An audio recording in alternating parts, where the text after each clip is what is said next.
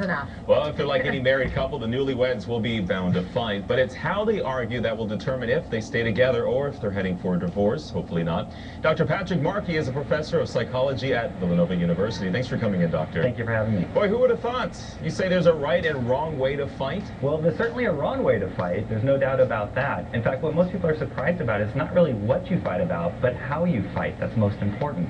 For example, you want to avoid being overly critical when you're fighting, avoid contempt, so no rolling your eyes or calling somebody a bad name. You also want to accept responsibility while you're fighting, so you don't want to be overly defensive. And the other big issue is you don't want to stonewall, that if you're upset about something, you need to bring it up.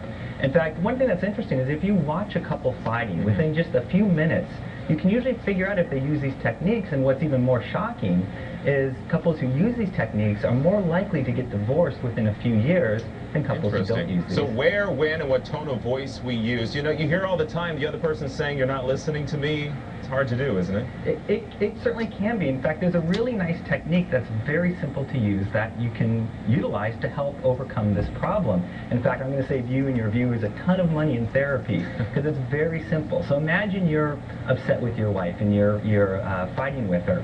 You might want to use something called the speaker-listener technique. And what you do is you first flip a coin, and whoever wins the flip gets to talk first. And so say your wife wins.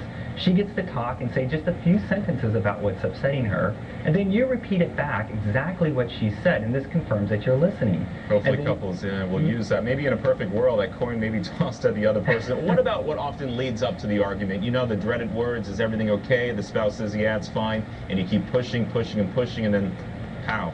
Yeah, well, I mean, this goes back to not holding it in. That is really, you don't want to hold it in. The main reason you don't want to hold it in is this POW that you just were talking about, is that as you hold it in, you tend to ruminate about it, and you almost make it worse and worse inside of your mind as opposed to what it really is.